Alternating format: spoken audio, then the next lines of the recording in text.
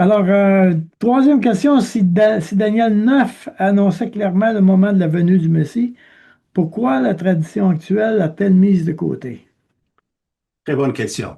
C'est tout à fait vrai que la tradition rabbinique nie l'inspiration prophétique de Daniel, et cela précisément parce que ces prophéties étaient d'une exactitude extraordinaire qui mène directement à Jésus.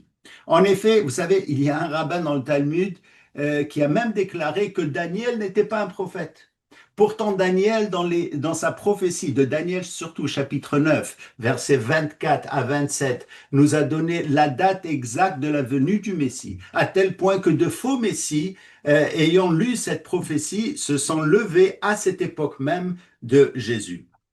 Deux d'entre eux, d'ailleurs, sont mentionnés dans le livre des Actes, au chapitre 5, Theudas et Judas de Galilée, et dans l'histoire, une multitude d'autres ont suivi jusqu'à même aujourd'hui.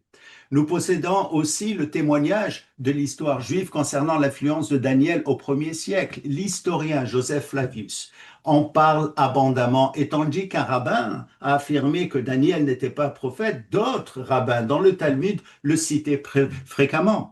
Vous savez que dans le Talmud babylonien, le mentionne Daniel plus de 100 fois, alors que Ésaïe, il n'est cité qu'environ à peu près 35 fois. Ainsi, Daniel demeure un document prophétique d'une importance majeure que Yeshua lui-même cite directement lorsqu'il parle de la gravité des temps de la tribulation à venir. Il mentionne dans Matthieu 24, 15 l'abomination de la désolation, et déclarant qu'il n'y a eu jamais dans toute l'histoire une détresse semblable. Il le dit d'ailleurs au verset 21 de Matthieu 24. Et il cite encore lorsqu'il parle de sa venue glorieuse dans Matthieu 24, 30 et devant les prêtres, lorsqu'il invoque la venue du Fils de l'homme dans Matthieu 26 et je crois au verset 64. Dans l'importance de Daniel est là, et c'est un chapitre, ou du moins c'est un livre qu'on devrait étudier aujourd'hui encore plus.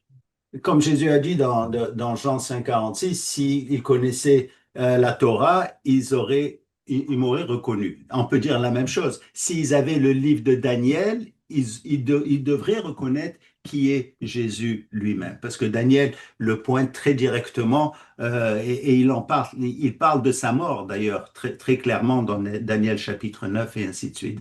Donc, c'est un livre qui est très important, et comme on voit dans le Talmud, il y a plusieurs rabbins qui ont un grand respect pour ce livre, tandis que d'autres le rejettent complètement.